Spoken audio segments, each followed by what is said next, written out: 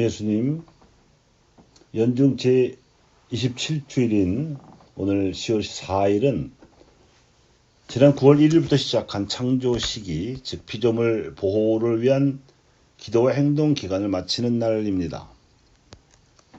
프란치스코 교황님께서는 2015년에 회칙 찬미 받으소서를 반포하시면서 전 세계의 모든 가톨릭 신자들에게 생태적 회심을 하도록 요청하시고 그에 대한 보석으로 생태계 회복을 위해 강조하셨습니다.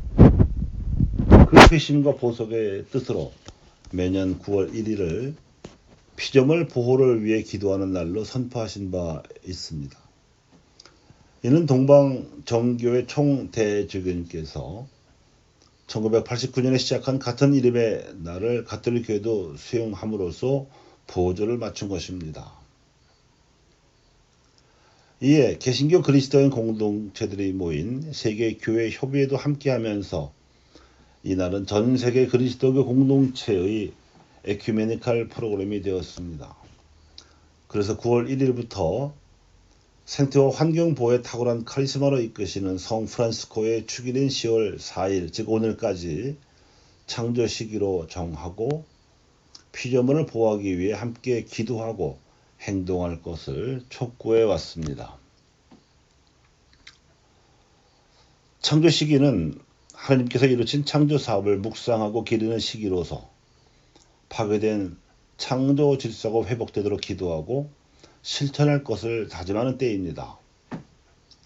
그런데 정직하고 과학적으로 말하라면 사실 위협받는 것은 생태계가 아니라 인류의 생존입니다. 아무리 생태계의 균형이 깨어져도 장기간의 세월이 흐르면 자연은 그 균형을 복원하기 마련입니다. 이제까지 조성된 지 45억 년이나 되는 지구의 복원력이 그만큼 큽니다. 문제는 그 복원 기간이 채워지기 전에 인류가 멸종할 수도 있다는 놀라운 가능성입니다. 인류는 자기 생존도 걱정하지 않고 마구 지구 자원을 수탈하고 있을 뿐만 아니라 식물의 다양성을 훼손시켜 품종을 획일화시키는가 하면 동물의 서식지를 파괴함으로써 동물과 함께 살아가고 있던 바이러스를 스스로 끌어들였고 게다가 원자폭탄이나 수소폭탄처럼 대량으로 인명을 살상할 수 있는 가공할 무기를 개발하여 유지하는 놀랍도록 어리석은 생명체입니다. 그래서 생태계를 위한 회심이 필요하다기보다는 인류 존속을 위한 회심이 필요합니다. 특히 그리스도교는 지금까지 이룩한 인류 물질 문명을 선도해 왔고 피조물을 돌보라는 창세기 말씀을 제대로 알아듣지 못함으로써 환경 오염과 생태계 파괴에 가장 큰 책임이 있기 때문에 이 회심을 통해서 인류 앞에 보석해야 할 의무가 있습니다. 코로나19 바이러스로 인한 감염 확산과 이를 위한 방역 조치로 말미암아 전 세계가 비상한 상황에 처해 있습니다. 이 사태는 인류가 그동안 살아온 삶의 양식을 근본적으로 되돌아보도록 촉구하는 매우 중대한 사태임이 점점 명백하게 밝혀지고 있습니다. 적어도 이 사태는 우리 인류가 살아온 방식이 이대로는 안 되고 생태계의 균형을 깨뜨리지 않으면서도 지속 가능한 방식으로 돌아가야 함을 일깨워 주고 있습니다. 50년 전 이러한 시대의 징표를 깨달은 선각자들이 지구에 나를 선포하고 환경운동을 시작했습니다. 그래서 올해는 지구를 위한 희년이 됩니다. 이 선각자들은 우리에게 생태윤리적 상상력을 가지라고 촉구하고 있습니다. 여기에 더 필요한 것은 인류 존속을 위한 상상력이겠습니다. 이는 우리 세대만이 아니라 다음 세대까지를 생각할 줄 아는 상상력입니다. 이미 5년 전에 프란치스코 교황님께서는 생태회칙 찬미 받으소서를 통해서 인류가 지구상의 여러 피조물들과 함께 살아가야 할 공동의 집인 지구가 어떤 위험에 처해 있고 또 어떤 도전을 받고 있는지를 살펴보도록 경고하신 바 있습니다.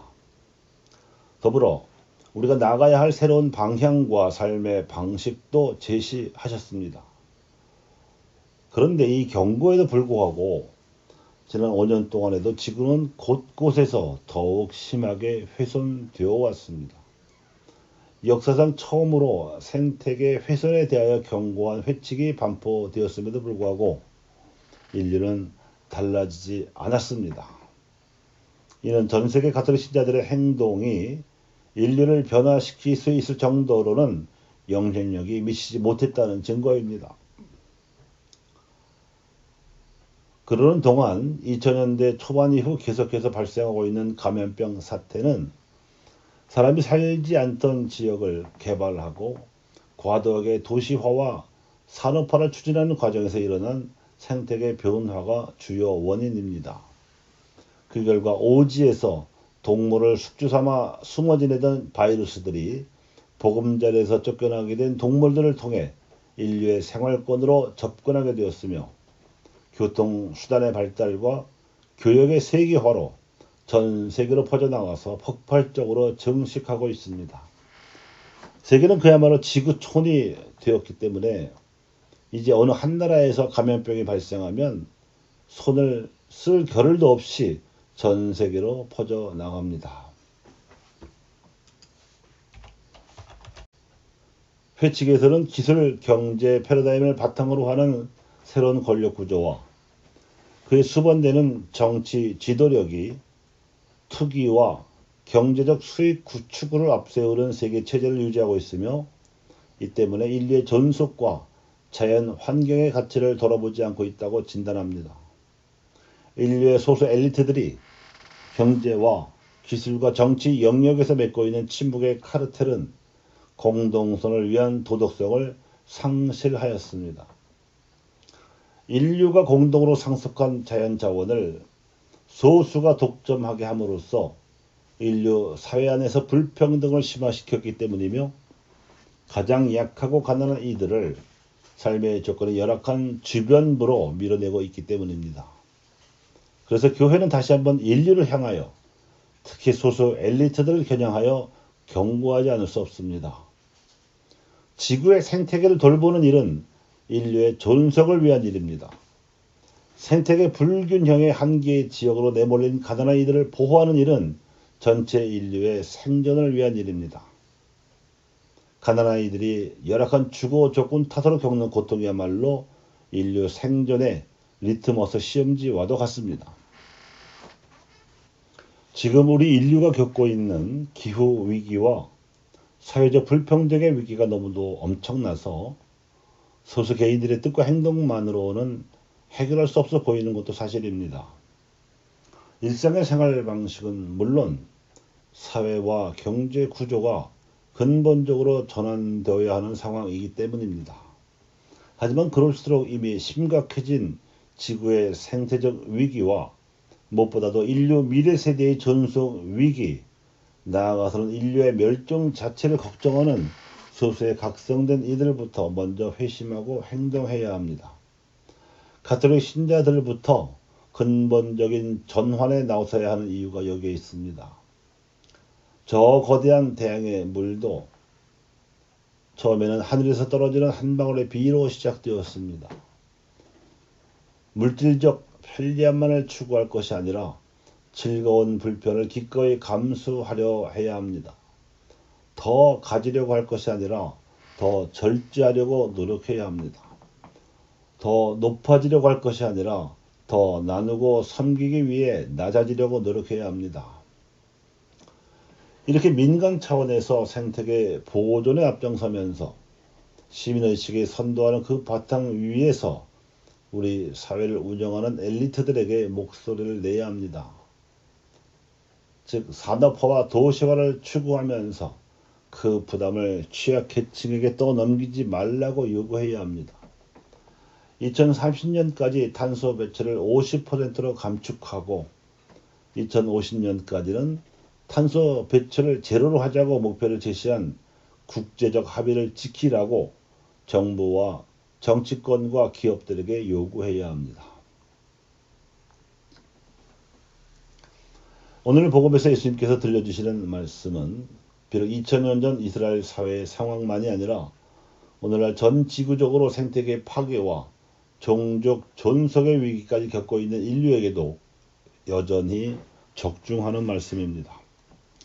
당시에도 사두가이와 바리사이 등 소수 엘리트들이 주도하던 이스라엘 사회는 어느 한 부문이 아니라 총체적으로 위기를 겪고 있었습니다. 그래서 수석 사제들과 백성의 원로들에게 포도밭의 비유를 들려주신 겁니다. 하느님께서 포도밭을 일구어 울타리를 둘러치고 포도 확도 파고 탑도 세우셨습니다. 포도밭은 지구를 상징합니다. 인류는 이 포도밭의 주인이 아니라 소작인입니다.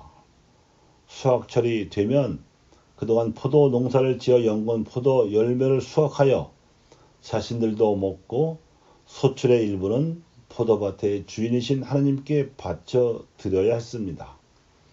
하느님께서는 소작이들이 바치는 소출로서 소작조차도 받지 못한 가난아이들의 몫으로 삼으실 것이었습니다. 그런데 심판의 포도철에 하느님께서는 당신 몫의 소출을 받아오라고 예언자들을 보냈지만 이스라엘의 지도자들은 그 하느님의 종들을 박해하였습니다. 붙잡아 매질을 하기도 하고 돌을 던지기도 했으며 죽이기까지 했습니다. 그래서 마지막으로 하느님께서는 당신의 아들을 보내서라도 당신 포도밭을 애초 당신의 구상대로 관리하고 운영하고자 하셨는데 소작이들은 그 아들을 죽여 없애버리면 자신들이 그 포도밭을 차지할 수 있으리라는 착각으로 그리하였습니다. 이것이 예수님 자신이 회상하신 이스라엘의 민족사이며 또 내다보신 당신의 운명이었습니다. 실제로 그렇게 일이 흘러가서 예수님께서는 수석 사제들과 백성의 원로들에 의해서 십자가에 달려 죽임을 당하셨습니다. 예수님께서는 당신의 죽음과 희생을 전제하시고 이렇게 그 비유의 결론을 내리셨습니다. 하느님께서는 이스라엘에게서 하느님의 나라를 빼앗아 그 소출을 내는 민족들에게 주실 것이다.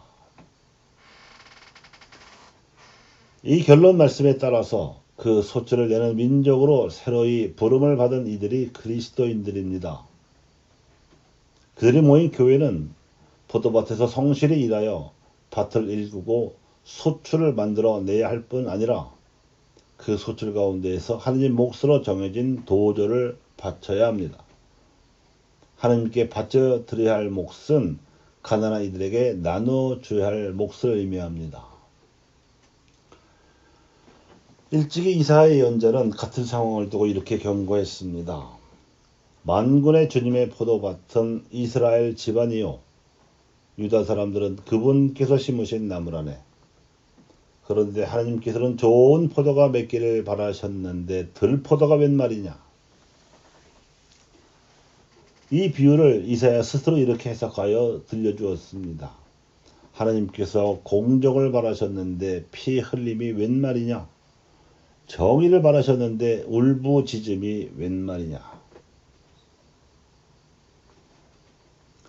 피 흘림이 아니라 공정을, 울부짖음이 아니라 정의를 하느님께 소출로 바쳐드리기 위해서는 사도 바울의 권고가 준비되어 있습니다.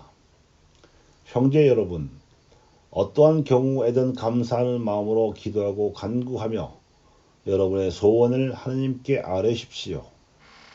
그리고 참된 것과 고귀한 것과 의로운 것과 정결한 것과 사랑스러운 것과 영예로운 것은 무엇이든지 또 덕이 되는 것과 칭송받는 것은 무엇이든지 다 마음에 간직하십시오.